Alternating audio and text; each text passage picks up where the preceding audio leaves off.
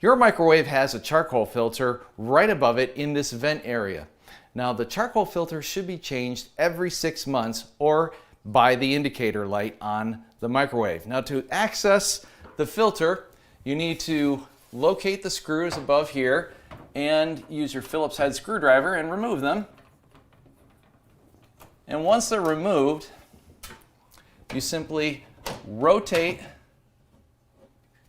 the vent assembly down, and this is your charcoal filter.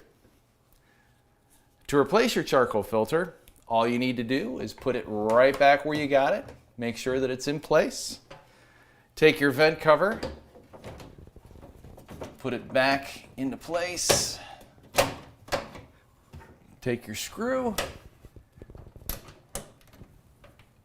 tighten it down.